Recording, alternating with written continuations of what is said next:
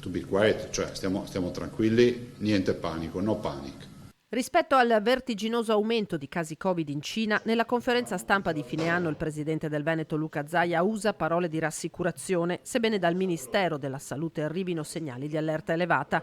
Il nostro paese deve prepararsi ad affrontare un inverno in cui si potrebbe osservare un aumentato impatto assistenziale attribuibile a diverse malattie respiratorie acute, prima fra tutte l'influenza, e alla possibile circolazione di nuove varianti di Covid, si legge nella circolare diffusa nelle scorse ore. Tra le azioni indicate in caso di peggioramento della situazione epidemiologica, il Ministero cita l'uso delle mascherine al chiuso, smart working e riduzione degli assembramenti, e alle regioni chiede di verificare ed eventualmente aumentare posti letto e personale, il tutto in prospettiva, non in base alle attuali esigenze. L'evoluzione è che oggi possiamo dire ufficialmente, ne parlavo stamattina in una riunione con la dottoressa Russo, stiamo parlando di sottovarianti dell'Omicron, quindi siamo ancora in questo ambito.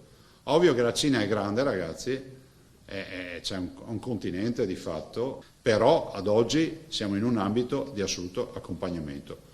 Ma l'attenzione rispetto a quello che accade in Cina è molto alta. In alcune zone può circolare un certo tipo di virus, in altre può circolare un altro tipo di virus. Questo è quello che noi dobbiamo tenere sotto controllo.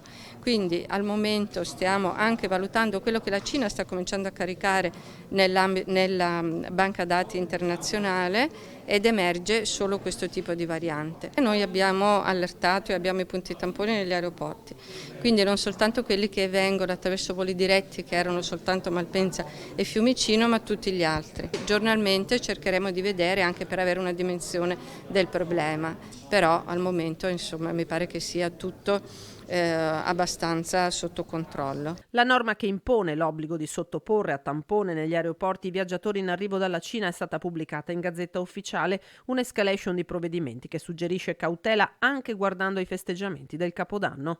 Non c'è nessun limite rispetto alle feste e agli assembramenti, poi ognuno usa il buon senso, cioè se una persona ha il raffreddore e non ha ancora fatto il test, magari eviti di andare in mezzo a un gruppo di persone in un ambiente chiuso, e così evitiamo di infettarle tutte.